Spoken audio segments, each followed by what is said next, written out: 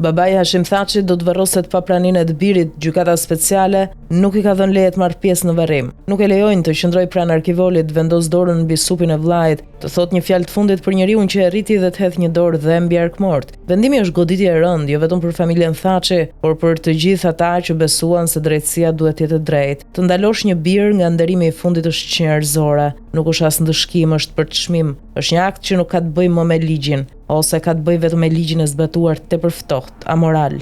Indinjat, revolt, këto fjalë nuk përshkruajnë dhimbjen që shkakton një drejtësi e tillë pa drejtë. Çdo kush që ka humbur një prind e kupton peshën e kësaj tragjedie. Një popull që ka kaluar nëpër luftë, arratisje, varfëri, shtypje dhe mungesa e di çfarë do të thotë humbja njerëzore. Dhe di që në atë moment të fundit njeriu ka të drejtë të jetë pranë familjes, por jo këtë herë. Jo për një njeri që luftoi dhe e pa vdekje në sy, jo për një njeri që gjykohet, jo për një shqiptar që mbahet në Hag tash 4 vjet dhe kush e di deri kur. Dhomat speciale po i tregojnë Kosovës se Kosova nuk duhej kurrësi të kishte miratuar ngritjen e tyre, se nuk ka vend për ndjenja kur bëhet fjalë për to, nuk ka vend për humanizëm, nuk ka vend për logjik, ka vetëm rregulla të ftohta, vendime të thata dhe një qëllim të qartë. Të poshtërojnë, të thyejnë, të mohojnë çdo lloj dinjiteti, të barazojnë kriminalin që dogji, shkatroi, dhunoi, dëboi dhe atyre që vetëm u mbrojtën. Por a mund të mohohet dinjiteti? A mund të ndalojnë shqiptarët së kujtuarjes së nderuarit vdekurit e tyre? Jo, sepse kjo nuk është vetëm një çështje personale. Kjo nuk është vetëm për Hashim Thaçin.